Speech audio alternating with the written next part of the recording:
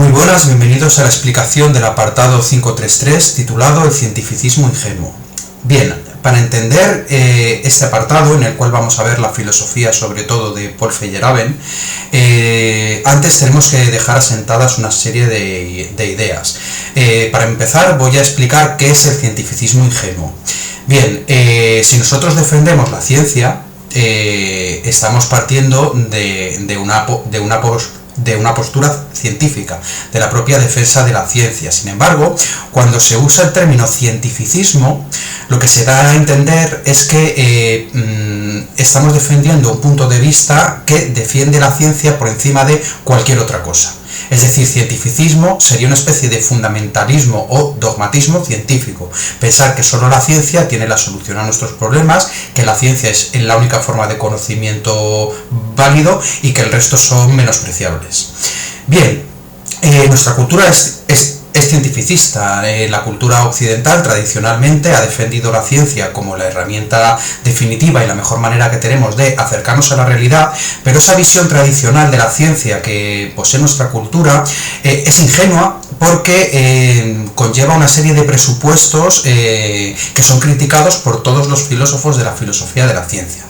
Estos presupuestos son tres. El primero de ellos es que entendemos que la ciencia es una actividad objetiva. El segundo es que la ciencia es ajena a cualquier conjunto de intereses humanos. Y la tercera es que la ciencia es moralmente neutra. Bien, ¿a qué nos referimos con cada una de estas características? A la primera, a que la ciencia es una actividad objetiva. Con ello nos referimos a que la ciencia es objetiva porque describe el mundo tal cual es. La ciencia nos permite conocer la realidad tal y como ésta es, sin manchas de subjetividad. Además decimos que la ciencia es ajena a cualquier conjunto de intereses porque no responde a los deseos de ningún individuo, de ningún ser humano. Simplemente la ciencia lo que nos permite es desentrañar todos los misterios del mundo. Todos absolutamente, sin priorizar unos sobre otros. No cuentan los intereses de ninguna persona ni de ningún colectivo para el desarrollo de la ciencia. La ciencia descubre los misterios del mundo. Y por último decimos que es moralmente neutra porque no se acoge a los deseos subjetivos de ninguna institución, de ninguna persona y de ningún colectivo, sino que la ciencia lo que hace es seguir un método riguroso y eficaz.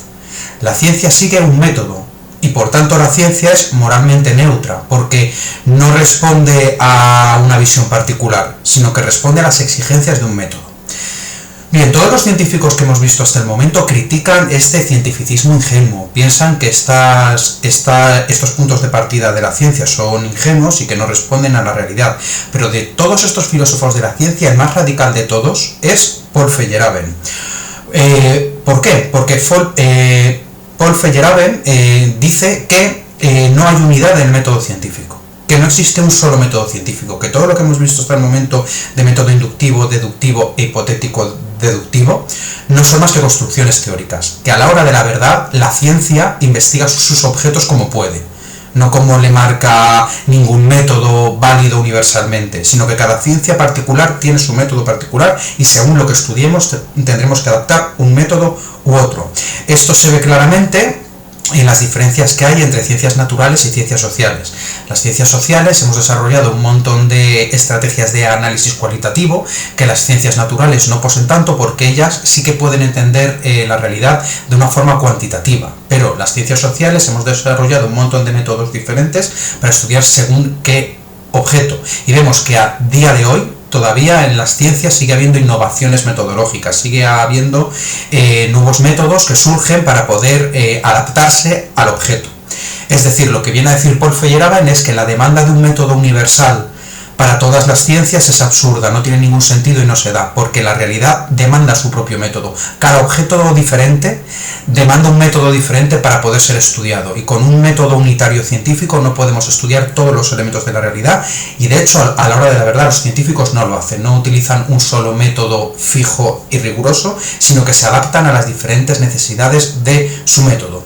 Por ello, no hay unas reglas metodológicas universales. No existe un gran método científico universal que valga para toda la comunidad científica, sino que cada una de las disciplinas y de los objetos de estudio demandan un método diferente y cada ciencia al final acaba desarrollando métodos y metodologías propias. Bien, esa es la filosofía de Paul Feyerabend y hoy, para sobrellevar este cautiverio, os recomiendo Rayuela.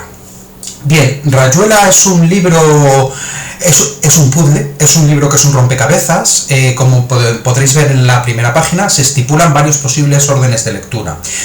Rayuela es un libro que tiene decenas de capítulos y que algunos parecen estar desconectados entre sí. ¿Por qué? Porque Rayuela en realidad es un juego. Es un libro que el propio autor, Julio Cortázar, ofrece que lo leas como quieras. Se puede leer de varias maneras. Al principio hay una lista enorme de en qué orden tienes que leer cada capítulo. Se empieza con el 37, luego se salta al 2, luego se va al 48, no sé, se va saltando entre los diferentes capítulos según un orden que se estipula.